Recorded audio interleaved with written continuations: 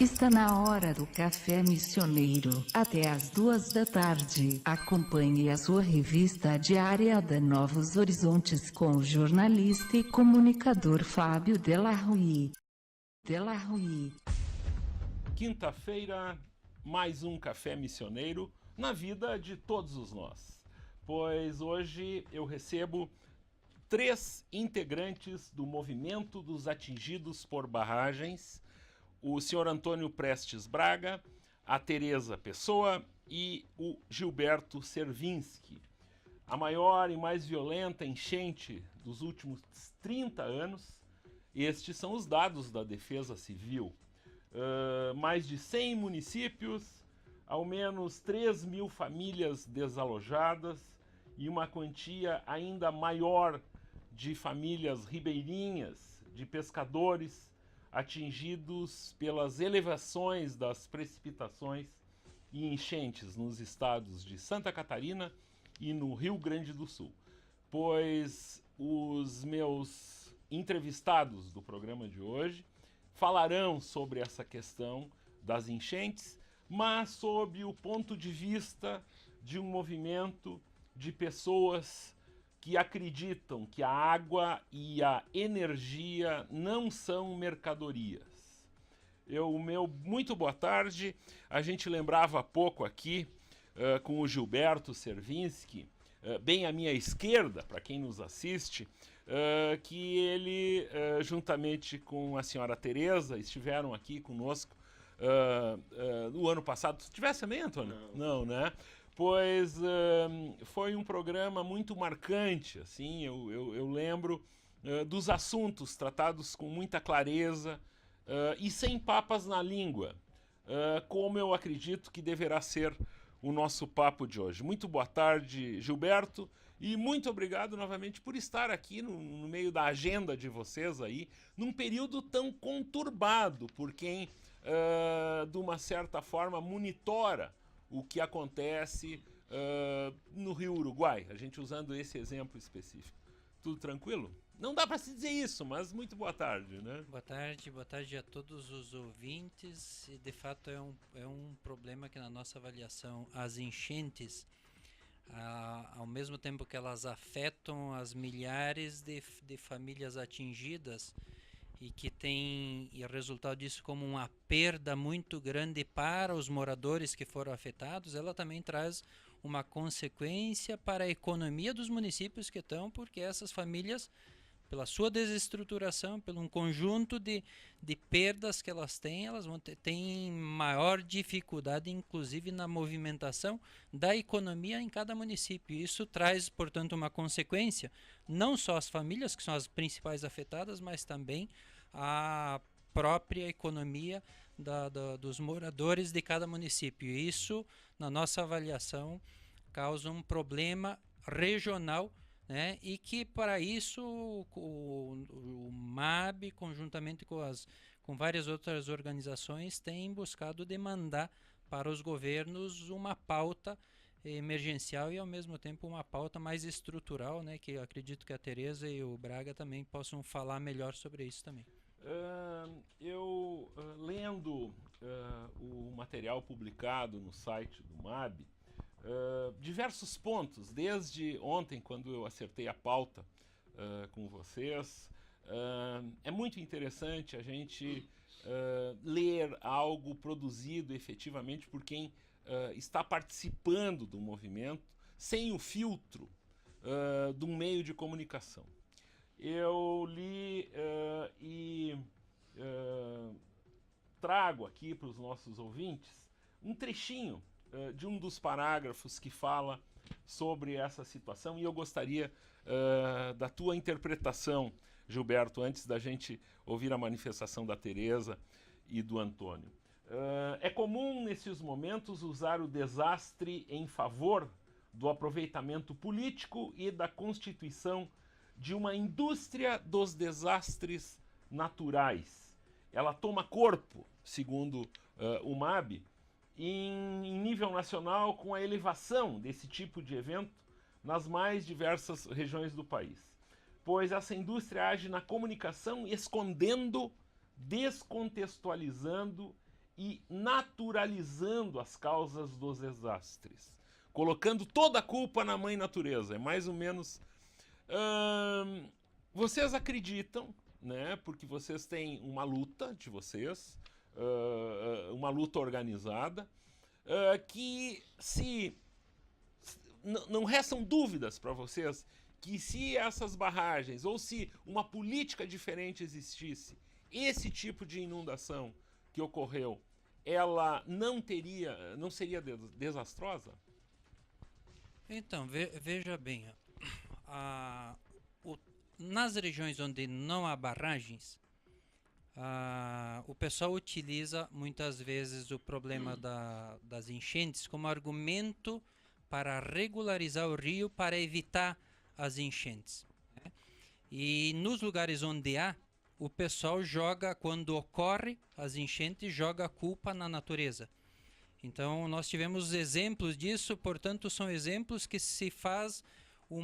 busca-se fazer uma interpretação para tirar o foco das questões centrais. Nas regiões, vou dar o último exemplo onde ocorreu, esse exemplo aqui da região, mas principalmente anterior a isso tinha ocorrido no Paraná e tinha ocorrido em Rondônia, que é onde tem as duas hidrelétricas, uma chamada Santo Antônio e outra Giral, mas a de Santo Antônio, né, causou um enorme problema de alagamento para baixo. Houve chuvas em maior quantidade? Houve. Agora, as usinas acima, construídas, na tentativa de encher o lago ao máximo... Né? Só uma ajeitadinha no seu microfone, isso. Assim, ok? As usinas, na tentativa de utilizar a água e encher o lago ao máximo para aproveitar essa água, passar pelas turbinas e vender energia ao preço mais elevado possível... Elas, então, logo que começa a chuva, elas trancam e enchem as usinas ao máximo. Quando passa a ver que não tem mais condições de acumulação, passa a largar toda de uma vez só. Só que abaixo o rio está num nível bem inferior e, portanto, não está cheio. Sim. E à medida que larga todo o volume, abre as comportas para ocorrer a vazão, ocorre um processo de enchimento muito rápido. Imediato e com uma velocidade da água pelo seu desnível muito mais avassaladora. Isso ocorreu em Rondônia, isso ocorreu no Paraná com a abertura das portas de Salto Caxias e em Rondônia com a abertura das comportas da usina de Santo Antônio. Aqui nós estamos investigando para ver se ocorreu o mesmo com o caso de Foz do Chapecó. Alguns dados que nós temos e que já dá um indício, por exemplo, no dia anterior, que foi no dia 25, né, passavam cerca de 7 mil metros cúbicos só por segundo de água pela usina de Foz do Chapecó. No dia seguinte já estava passando 26 mil metros cúbicos e a usina já estava 100% nisso. Ou seja, quando tu larga e o rio abaixo está mais vazio, esse desnivelamento e esse volume de quantidade que tu larga, certamente ele causa um processo de arrastamento, de velocidade e de alagamento muito mais, digamos, veloz. O que tem ocorrido normalmente nessas situações? É que quando o problema é causado, por exemplo, por uma usina abaixo, os alagamentos abaixo, eles jogam que a culpa é da natureza. Uhum. Né? Agora, quando eles querem construir uma usina, eles dizem que não, para evitar isso é necessário construir. Aqui eu cheguei hoje, eu acredito que deve estar ocorrendo a mesma coisa sem saber. Né? Mas deve ser essa mesma argumentação que se utiliza, que é uma visão oportunista, eu diria. Né? E se tu for ver, nos grandes meios de comunicação vão reproduzir esse sentimento que a população acaba sendo, de certa forma, num sentimento muito fragilizado da população, acabam tentando impor aquele seu interesse que nós acreditamos que é buscar, a partir dessas enchentes, tentar, né, evitar. Quando tu joga que o problema é da natureza, tu evita ter que fazer indenizações a esses prejudicados. Portanto, essa é da natureza, não tem nenhum responsável, portanto, não tem nenhuma medida de indenização ao que ocorreu com as populações e os municípios atingidos.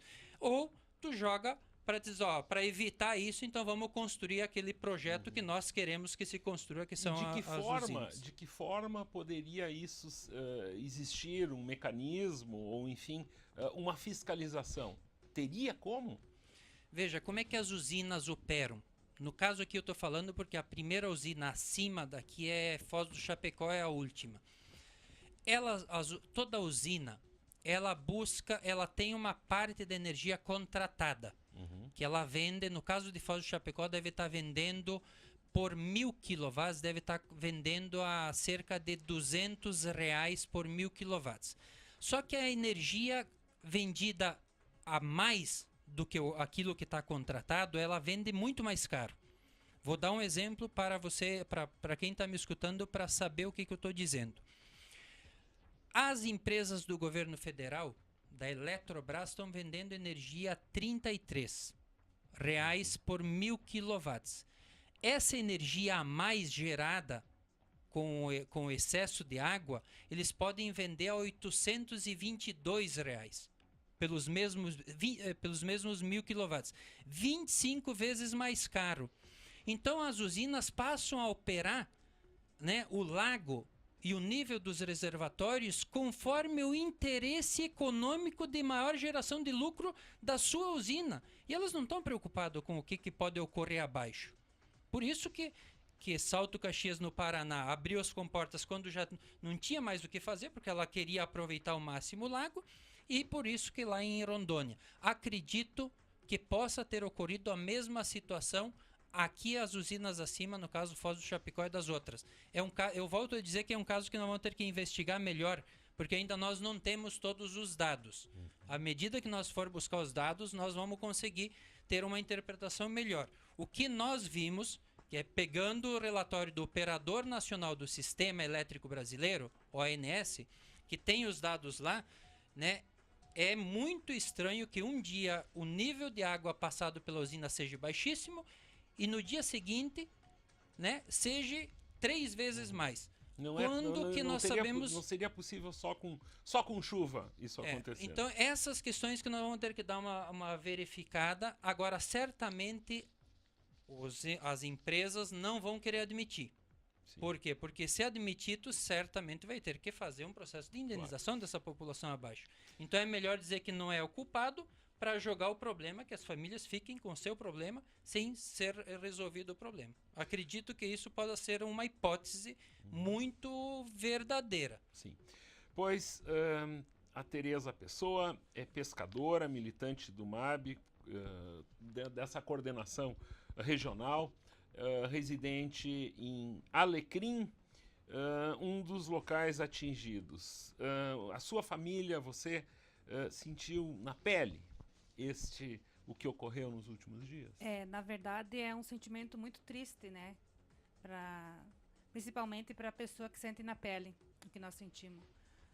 Como pescadora e pequeno agricultor, nós perdemos toda a nossa produção da lavoura, perdemos pastagem, milho, perdemos a nossa pequena casinha que tinha para guardar o material na barranca do rio. Foi tudo água abaixo, tudo embora, né? Então, esse rio cresceu assim de uma hora para outra, de quarta para quinta, ele cresceu aproximadamente uns 5 metros, né? Então, nós não tivemos nem tempo para querer retirar alguma coisa da lavoura. Não só nós, toda a população ribeirinha perdeu praticamente tudo que tinha. Tem pessoas que perderam vacas que foram embora, porque foi uma enxurrada de água, sabe? Aquilo devastadora mesmo. Aquilo não tem explicação, sabe? A velocidade daquela água, sabe? Ela vinha assim, numa fúria que não tem, sabe? Não tem explicação. Então, eu acho assim que nós ribeirinhos achamos que sim, é consequência dessas barragens de cima. E eu acho que foi água abaixo também a ideia deles dizer que barragem controla o rio, porque na verdade não controla, né? Então eu acho assim que nós, que moradores lá, perdemos toda a nossa produção e sabe, em vários sentidos, assim, todo mundo tá apavorado, né? Totalmente destruído naquele lugar, né? Então, o movimento resolveu construir a pauta dos atingidos pelas enchentes e fortes chuvas no sul do Brasil, né? Feita pelos camponeses atingidos por barragens, pescadores e as comunidades ribeirinhas. E nós, inclusive, fizemos algumas ações emergenciais, né? No caso, para os pescadores e a população ribeirinha, né? Uma disponibilização de cestas básicas para todas as famílias atingidas por 6 meses. Isso através do MAB. Através do MAB. A disponibilização de alimentação para os animais e sementes de forragens, milho e feijão para as famílias atingidas. Suspensão da cobrança da conta de energia elétrica e água para as famílias atingidas pelas enchentes por 6 meses. Recuperação de solo, porque a maioria daquelas varjas lá ficou somente o tijolo, né? Sim. A terra foi tudo embora, né? Com base na disponibilização de adubos orgânicos, farinha de rocha, calcário e sementes e adubação verde. Anistia das sementes de troca-troca, porque todo mundo que tinha plantado perdeu, inclusive nós compramos no cartão para replantar de novo, porque perdemos tudo, né? A fiscalização das estruturas das barragens por parte da Defesa Civil. Quem garante que as fortes chuvas não estão afetando as estruturas, né? Das barragens. Das barragens já construídas. E ações de restabelecimento da economia e do meio ambiente. Sim. Anistia, que parcela do financiamento e dívida com os órgãos públicos, com vencimento no próximo ano. Custeio, investimento, habitação e outros, né? Liberação de recursos do Programa Nacional de Habitação Rural para a construção de casas novas, famílias atingidas, que muita gente perderam suas propriedades, suas casas, né? Crédito emergencial para 20 mil, de cada 20 mil com 3 anos de carência, 10 anos para pagar 60% de rebate. Disponibilização dos recursos semelhantes de Minha Casa Melhor para aquisição de imóveis para as famílias atingidas, nesse caso com subsídio de 50%, que nós, no caso, perdemos o equipamento de pesca, a maioria, barco, inclusive nosso barco acabando embora, né? E porque veio essas águas assim, estupidamente, de repente, ninguém teve tempo de socorrer muita coisa. Plano de reconstrução da infraestrutura, como pontes, estradas, acessos, redes de água, energia elétrica. Programa de pagamento por serviços ambientais por famílias camponesas e ribeirinhas que estão à margem dos rios. Além disso, ainda também eu tenho essa lista que tu lês aí aqui comigo, ainda temos ações estruturais também, que serão tratadas em seguida, pois nós faremos agora um intervalo. Nós já voltamos. Melhor rádio do seu rádio. Novos Horizontes. FM. Estamos de volta com o Café Missioneiro com o jornalista e comunicador Fábio Della Rui. Estamos recebendo integrantes do MAB, Gilberto Servinski, Tereza Pessoa e Antônio Prestes Braga. O Antônio ainda não abriu a boca, mas já fala, Antônio. Pois a gente tratava aqui com a Tereza, passando uma pauta de reivindicações. Na verdade, essa pauta é uma pauta ampla, que não diz respeito apenas ao MAB. Vamos deixar o Antônio falar, então, Tereza. Pois é um prazer te receber aqui também. E esperamos até o final do programa de tratarmos de outras questões mais abrangentes ainda. Mas essa pauta é uma pauta de luta de quem, Antônio? Boa tarde, Fábio. Boa tarde, ouvintes do Café Missioneiro, né? É uma alegria estar pela primeira vez aqui no teu programa, né? É verdade, a Tereza estava trazendo uma pauta aí que é de um movimento mais amplo, né? Onde o MAB está incluído, que chama Via Campesina, onde estão aí o MST, o MAB, o Movimento das Mulheres Camponesas e o Movimento dos Pequenos Agricultores, né? Um movimento de caráter internacional, né, que tem a sede, a Via Campesina do Brasil, né? Então, e que tirou toda essa pauta porque, digamos assim, os modelos de desenvolvimento no nosso país, né, eles historicamente estão direcionados ao lucro, né? Porque vivemos num país capitalista, né? Então, os empresários não se preocupam, né? Então, e o movimento social tem que partir para a luta, e quando ocorre uma tragédia, uma enchente,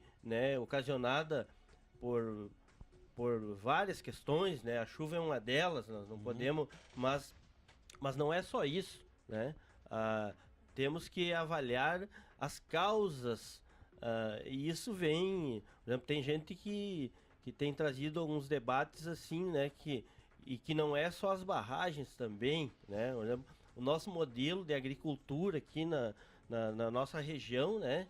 Por exemplo, nós não temos mais floresta aqui, né? Então... Só em torno das estradas, para dar uma enganada, assim, né? Porque se a gente vê uma imagem aérea, é muito pior do que a gente imagina, realmente. Exato. Então, nós temos que fazer uma profunda discussão, né, no modelo de desenvolvimento que queremos na Terra, né? Eu acho que nós temos aí 7 bilhões de pessoas já na Terra, e se diz que não pode passar de 12 bilhões. Então nós não podemos nem dobrar o contingente de pessoas na Terra, né? Então temos que fazer esse debate, e as barragens é uma delas, né? Eu tenho dito que o desenvolvimento vai vir para a nossa região aqui, o noroeste da região, mas a nossa avaliação é que não é assim, né? Ele vai trazer... A energia não é para nós, né?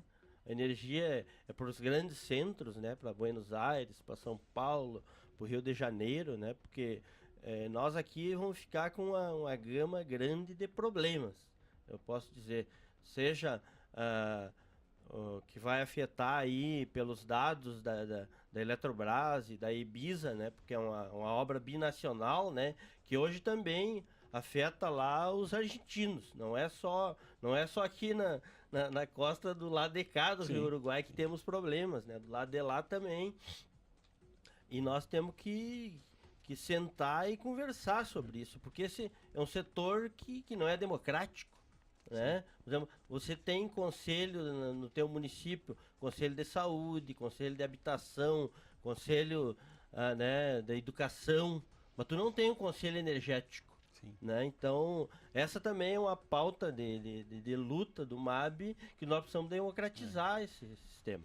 Entre as ações estruturais que faltaram dentro da explanação da Tereza, uma delas em especial, e eu gostaria daí do comentário do Gilberto em relação a isso, é a criação de um sistema participativo de gestão das águas do Rio Uruguai, incidindo, então, sobre essa decisão de abertura ou fechamento das comportas de uma barragem com a participação da sociedade. A Defesa Civil, as prefeituras, os comitês de bacias e até as organizações populares.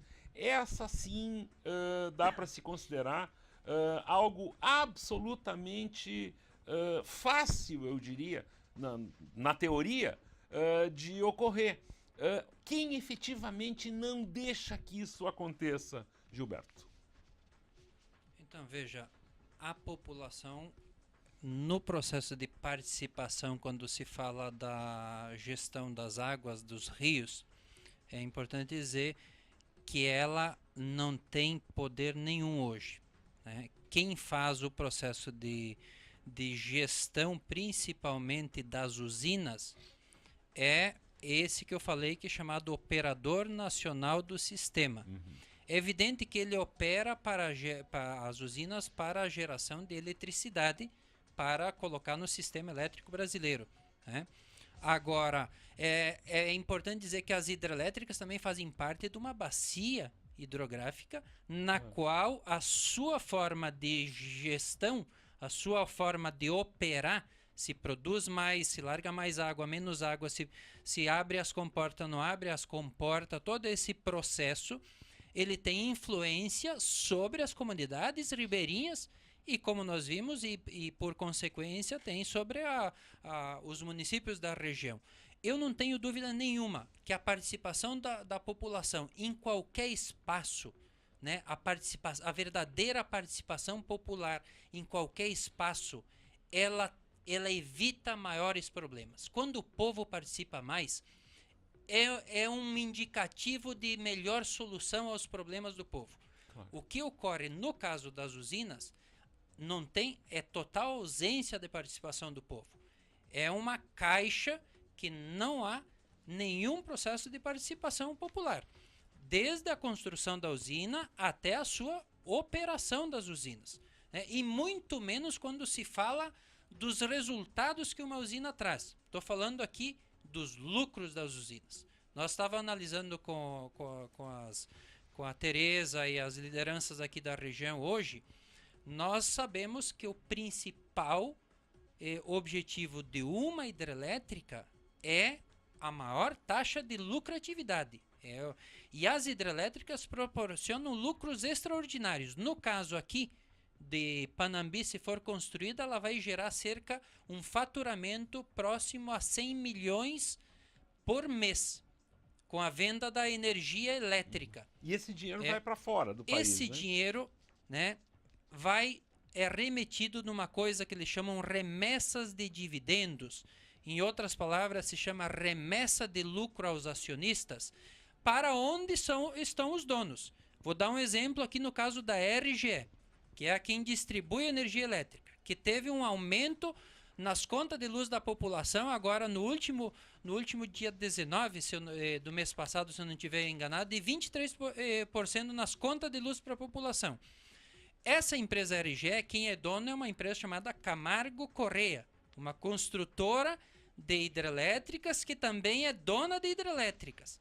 No caso, lá em Jirau, em Rondônia, é dona de parte da hidrelétrica de Jirau. Ela também constrói as hidrelétricas. Ela também é dona de parte das linhas de transmissão, ela é dona da RGE que distribui. Ela, em todos esses processos, ela quer extrair o máximo de lucro, né? Inclusive, né, o caso do ano passado da RGE aqui, ela teve 325 milhões de lucro líquido, limpo.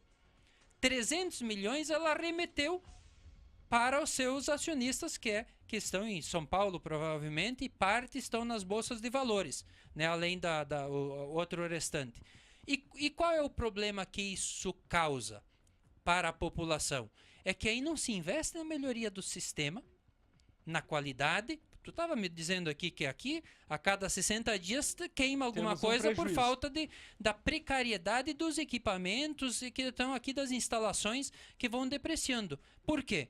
Porque todo o lucro é remetido aos acionistas e às vezes faz 20 anos que não se investe na melhoria da qualidade das linhas de transmissão. A população cresce lá no interior. O que acontece? No interior, 20 anos para cá, o pessoal botou ordenhadeira, botou motor elétrico, botou uma série de máquinas, né, que aumenta a carga de consumo de energia, mas a linha de transmissão está há 20, 30 anos. Aí tu vai cobrar da RGE, dizendo para ela melhorar a linha, dizendo, não, ela não faz isso.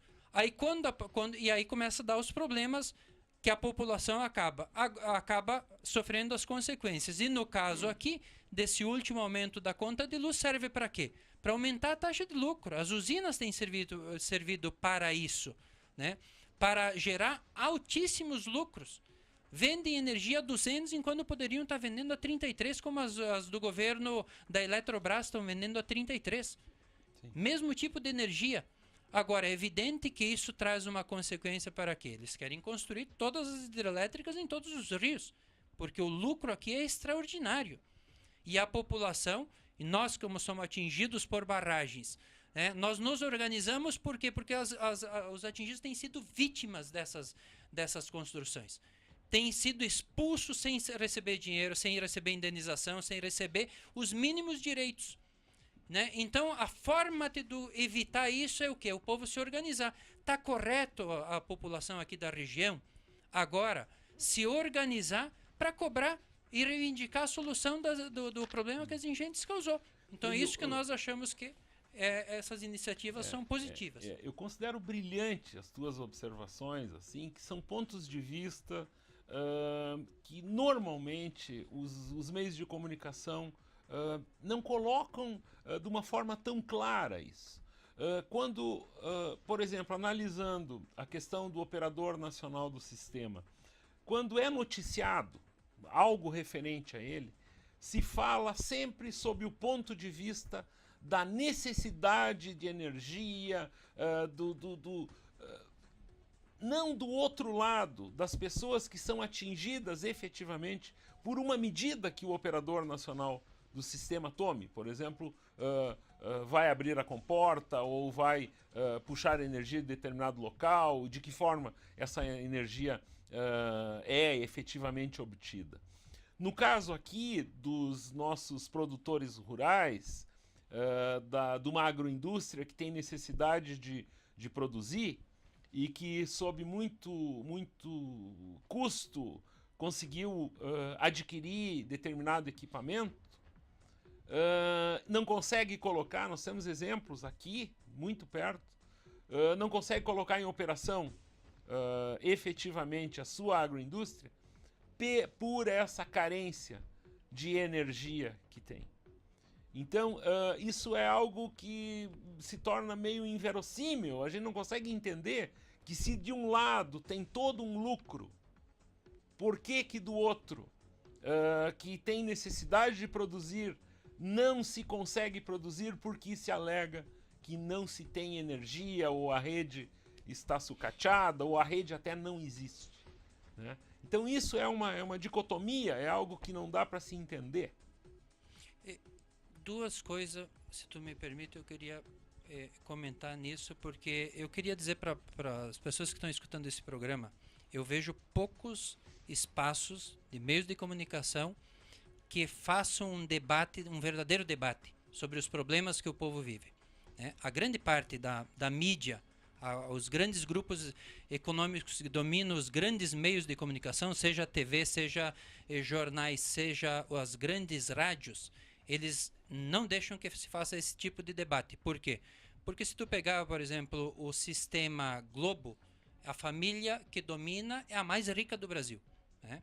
Tem mais de 30 bilhões de dólares em patrimônio, segundo os dados que estão sendo divulgados. É evidente que eles não vão querer tratar dos problemas do povo. Eles vão tentar fazer um debate desvirtuado, né? Esses espaços, como nós estamos debatendo aqui, eles são importantíssimos para debater os problemas do povo, porque é dessa forma que nós conseguimos dialogar com a população também, com grande parte da população.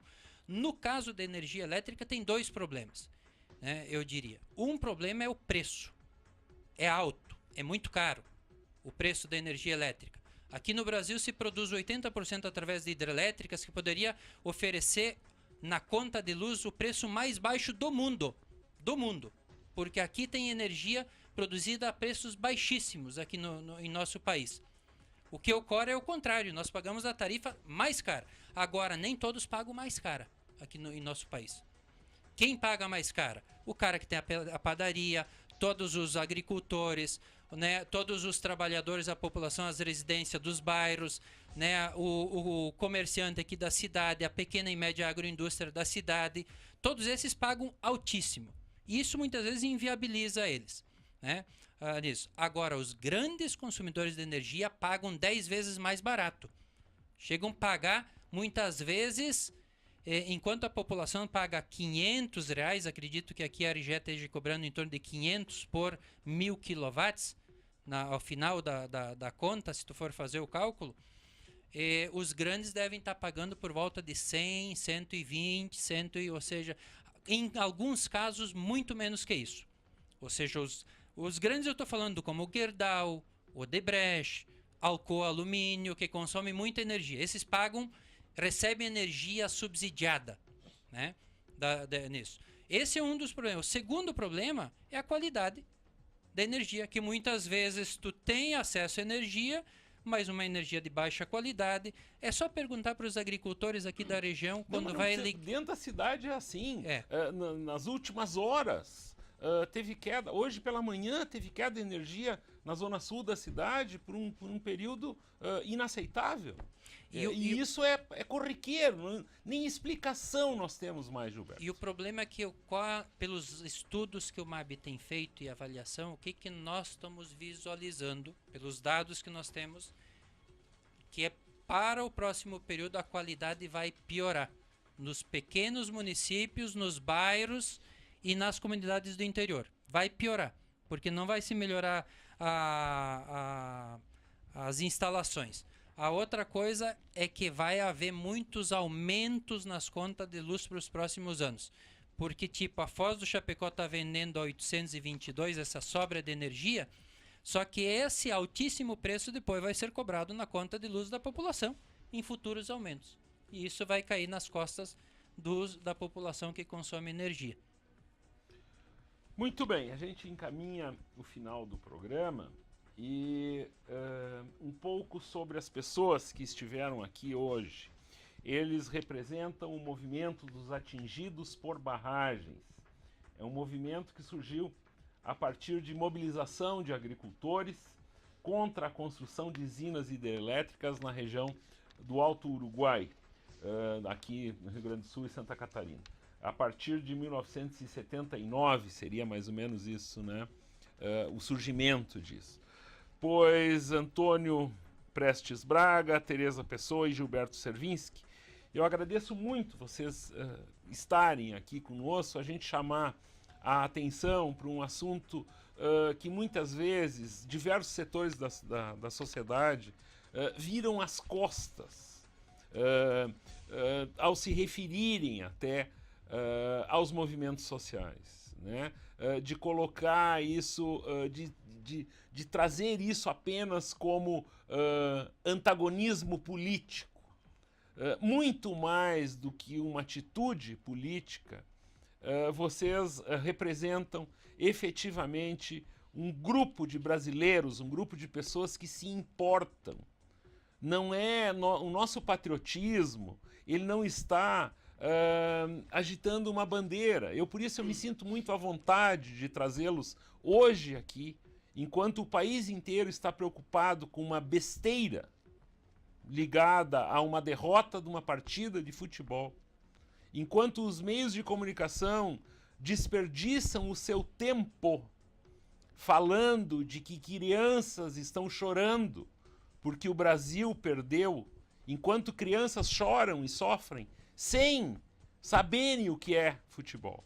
Então, eu agradeço muito e estejam sempre muito à vontade por estarem aqui, virem aqui até a Novos Horizontes, que é o tipo de assunto que efetivamente mexe com quem se preocupa, com quem realmente se importa.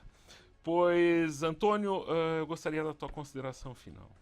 Bem, Fábio, e aos ouvintes do Café Missioneiro, eu queria, na minha fala final aqui, deixar um alerta a todos os missioneiros, né, que essa obra Garabi-Panambi vai trazer muitos problemas para a nossa região.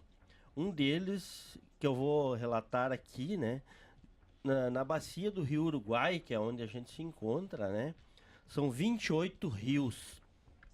E nós não temos saneamento básico nessa região. Todos os rios que desagam no Rio Uruguai, então eles desagam os esgotos, né, e o rio se limpa com o movimento, né. Fazendo esses dois muros, né, de quase 80 metros de altura, né, tu imagina a quantidade de dejetos, né, que vai acumulando nesse processo, né. Então, essa é uma preocupação minha, né, enquanto missioneiro, e que deixo aqui, eu tenho dito que o Uruguai, além da morte dos peixes, a infinidade de árvores que vão ter que ser cortadas, que é o que resta de árvores que tu falavas aqui, né, na beira das estradas e na beira do rio é o que resta, né, porque o resto do agronegócio já terminou com tudo, né, nós vamos criar um grande esgoto, né, então, pra gente buscar refletir um pouco isso, né, e quem sabe assim, né, a gente consiga fazer com que o povo comece a refletir e agir, porque esse é o importante da questão, né? Quando a gente pensa um processo de desenvolvimento, a gente quer avanço, quer dignidade para as pessoas, quer mais vida, não quer doença, né? Porque para mim essa obra ela vai trazer, até tu podia buscar, né? Tem uma infinidade de doenças que as barragens trazem, né? Eu vou dar só 4 aqui, né? a leishmaniasis, que ataca os cães depois das pessoas, a esquistossomose, né? A malária e a dengue. Tu deve ter visto o Biretama aqui na região, município que mais teve dengue no estado, né? Por que isso? Né? A barragem de São José, né? Então, porque o Biretama deve ter o quê? 500 residências, teve 10 pessoas com dengue ali. A maior incidência de dengue do estado. Então, a gente tem que refletir um pouco sobre isso. Tereza Pessoa, pescadora de alecrim, do MAB, eu diria que tu necessitas, a tua família, de força, de determinação para enfrentar essa situação que tu vives nesse momento. É difícil, é um momento difícil de se explicar, né? Mas a gente está procurando juntar as forças, né? E porque a nossa vida continua, né? Não vai ser uma enchente que vai abalar, né, a nossa estrutura. Eu digo assim que a matéria tu reconstrói, né? É sofrido, mas tu reconstrói. E eu acho assim que nós temos uma convicção que dias melhores virão, que as pessoas vão refletir sobre esse debate do dia de hoje e vão tomar consciência de que essas barragens não traz vantagem nenhuma, né? Na nossa região lá, a empresa propaga o discurso de que vai trazer desenvolvimento, mas eu pergunto agora nessa situação, na nossa situação, que tipo de desenvolvimento é esse, né? Que praticamente acabou com a vida de tantas famílias, né? Que obriga as pessoas a saírem da casa, assim, perdendo tudo que tem, tendo que abandonar seus animais, as propriedades, ir para escolas, alojamento, sabe? Depender da caridade das pessoas que graças a Deus, existem pessoas generosas de bom coração que nos deram apoio no momento que a gente precisava, né? E eu acho, assim, que esse debate aqui vai conscientizar muitas pessoas que tinham, de repente, uma outra visão pelos meios de comunicação que só propagavam, né, o discurso do lado bom da barragem, que para nós não tem lado bom nenhum, do contrário, vai nos afastar de nossas famílias, né, nos separar de nossas amizades, tirar as pessoas das suas propriedades, né, que lá são todos pequenos proprietários, sem saber certamente para onde vão. Na verdade, ninguém sabe para onde vai, o que vai acontecer com essas famílias, né? Então, eu queria agradecer a oportunidade de poder expressar meu sentimento aqui hoje, e eu acho assim que Deus botou vocês no nosso caminho assim para nós divulgar um pouco do que é a destruição que essas monstruosidades do capital faz com a classe mais pobre. Muito bem. Gilberto, desculpa, mas temos um minutinho aí. O teu boa tarde aos nossos rádio ouvintes. Bem, não, agradecer o espaço. Eu queria reafirmar desses espaços de debate nessas rádios que abrem espaço para a população debater os verdadeiros problemas do povo. Nós não somos contra a produção de energia. Pelo contrário, nós queremos que todo mundo tenha. Muitos atingidos não têm energia, nós queremos que a população tenha uma energia de qualidade altíssima, nós queremos que a população pague um preço baixo, nós queremos também seguir várias outras lutas para resolver os problemas, e nesse caso aqui na região, né, a população que escuta pode ter certeza que quem é parte do MAB estará na luta para ajudar a resolver os problemas e cobrar a solução das enchentes que causaram. E agradecer novamente o espaço, porque é um espaço que nem todos os meios de comunicação criam espaços como esse de debates bons. Muito bem, muito obrigado. Eu agradeço as palavras e o Café Missioneiro retorna amanhã. Boa tarde. A melhor rádio do seu rádio. Novos Horizontes. FM.